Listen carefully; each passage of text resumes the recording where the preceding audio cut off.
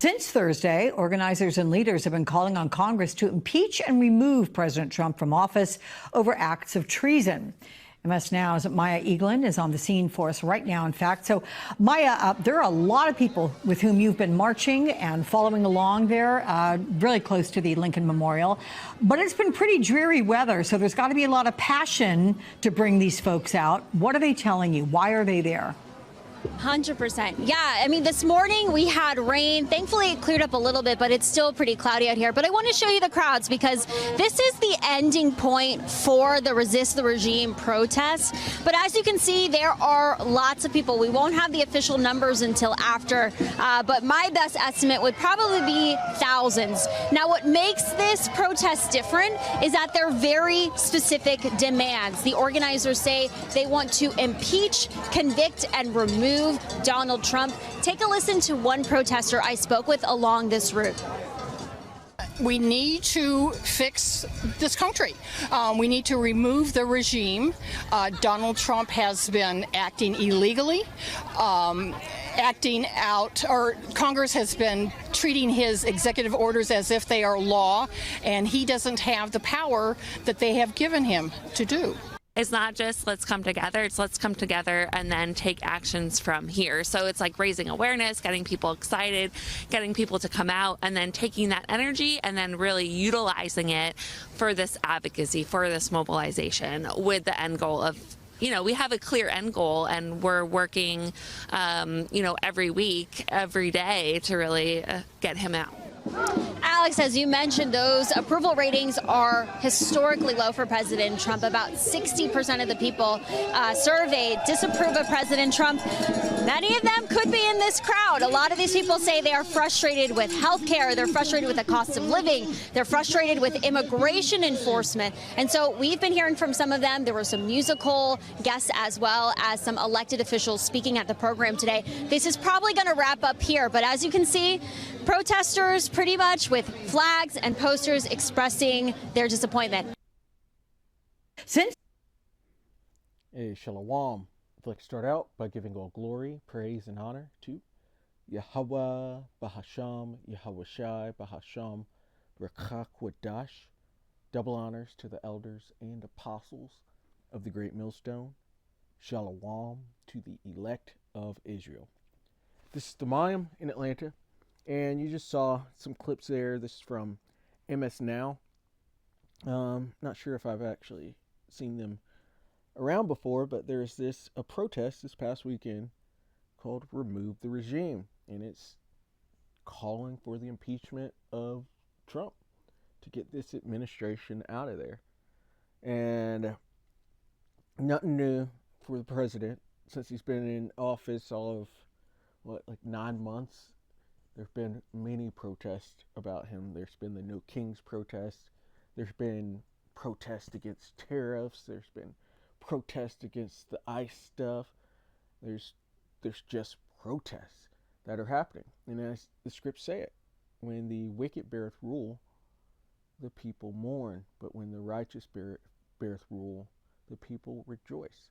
And the wicked are in power right now. The earth is given into the hands of the wicked. And that wicked are the so-called are the Edomites, not so-called, but they are the Edomites, and they are so-called white people. That's who Edom is. And this includes the people that wear the small hats, that claim to be the Lord's people, live in the Lord's land, and are not really the people. They're all Edomites. And we're coming into their time, their temporary time of rulership. We're coming to the end of that. As it says in 2nd Esdras, Esau is the end of the world, and Jacob is the beginning of it that follows. So whenever you're talking about the end of the world, the wicked will be in rulership. And the end of the world is just the end of their world, the end of their time ruling, the end of the time of the Gentiles. And that is about to be fulfilled. And since these people have been so violent, the Lord's going to let them go out with great violence. And some of that's going to be their own people turning on them. They're going to come after them, especially against the politicians. And everything's going to turn onto the elite. as well. But these politicians are going to be, they're going to be victimized quite soon. And the scriptures speak to that. And I go to this, I feel like weekly at this point, but we are coming into this time in 2nd Esdras 15 and 14. Woe to the world and them that dwell therein, for the sword and their destruction draweth nigh, and one people shall stand up and fight against another, and swords in their hands. And you could see the division, even the fact that there's that protest that's going on. That shows the division. And you've already got the division between the left and the right. You have socioeconomic division, you have racial division, you have gender division, you have division on all fronts here within this society. And that's how the elite of this society have been able to run things, through divide and conquer. But now those schisms that they've created throughout their society, they're going to be so great that there's no other option but to fight. And these people are going to fight. It's part of how Esau's world goes out. There's also World War III that has to happen, and which evolves into a nuclear war. And then Yahushua is coming back with his armada of chariots, and that's going to also take out this society. But it's seeming like the elite want to actually push this division themselves so that they can destroy this current society, this current reality that we live in, and then that they can bring up their next society that they want. And part of that next society, and part of what they want to bring, is their total control, which is that MOTB, which is the micro RFID CHIP that they want to put into every single individual. And once that is made mandatory, things are going to really get rolling. These civil wars will get rolling harder and better. World War III will actually get going in its true intensity, and then we'll be able to look up and know that our salvation is nigh, because Yahushua is going to be returning as well to pick up his elect. But going back to 2nd Esdras 15 and 14, woe to the world and them that dwell therein, for the sword and their destruction draweth nigh, and one people shall stand up and fight against another, and swords in their hands. For there shall be sedition among men, and invading one another. They shall not regard their kings nor princes, and the course of their actions shall stand in their power. There's going to be uprising of the people against their governments, and you're already seeing it. We are getting extremely close to 2nd Esdras 15 and 16 being right there in front of our faces. Those are the first steps of it, and we're seeing it. It's beautiful too, because we know that this wicked society is on its way out. We see all this division, and you know that a society is about to collapse. There's too much division to continue, and it's a good thing, because these people are wicked, and they've ran the world extremely wickedly. We want to see righteousness on this earth, but first, these Edomites have to be taken out of power, and they will be. They're going to basically eat themselves right out of power with Yahushua to clean it up with the fire from his chariots. I'm going to go here to, actually let's go to the blue letter and go to Isaiah 19 and verse 1. This is a message to Egypt.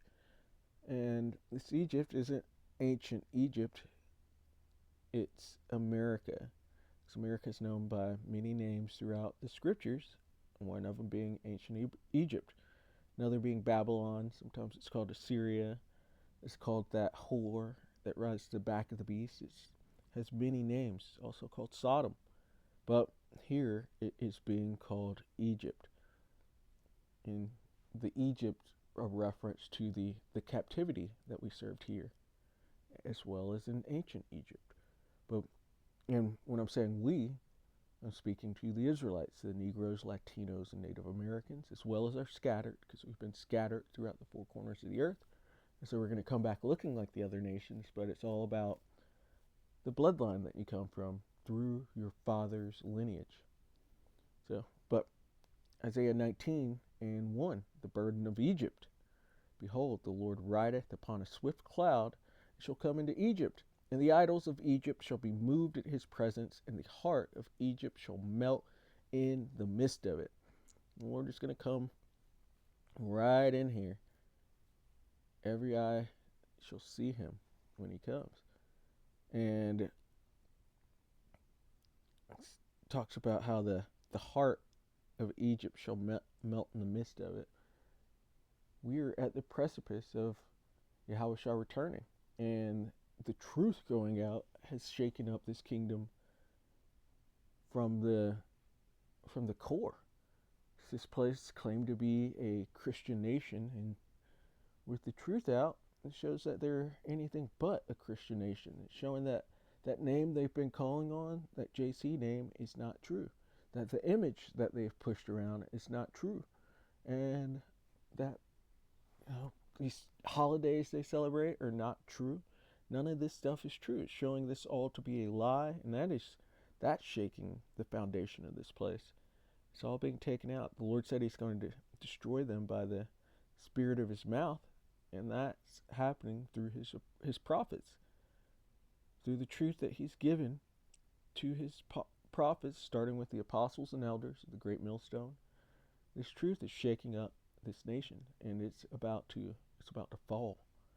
Verse 2, and I will set the Egyptians against the Egyptians, so the Americans against the Americans, and they shall fight everyone against his brother, and everyone against his neighbor, city against city, and kingdom against kingdom. It's all that division, but you could see this, you could visualize this already. These people are about to fight. People are, the hearts of many have grown cold, or waxed cold, and people are ready for whatever's next, because most people are done financially, done with just this life in general, how it is, this rat race, and they're ready for the next level of excitement. They're ready to let some steam off, really. So we're going to see some fighting.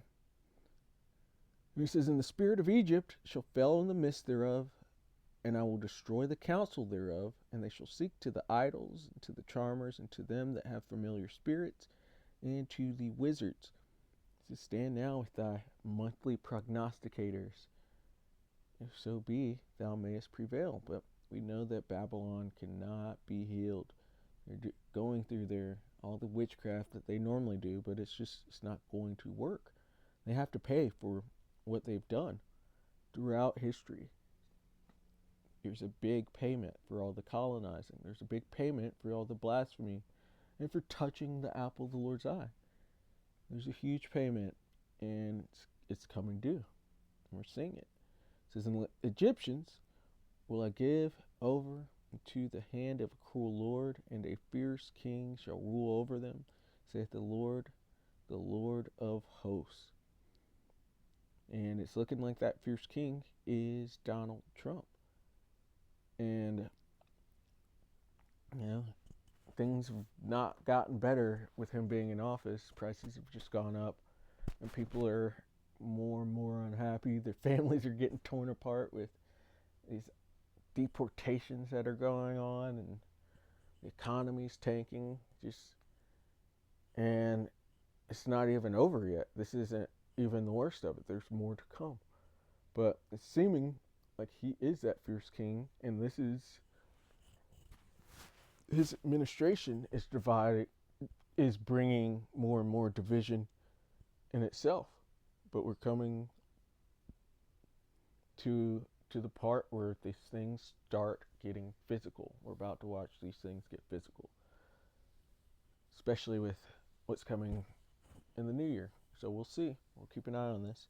And Lord willing, that was edifying. I'd like to give all glory, praise, and honor to Yahweh, Bahasham, Yahweh Shai, Bahasham, Rakah, Quadash. Double honors to the elders and apostles of the Great Millstone. Shalom to the elect of Israel.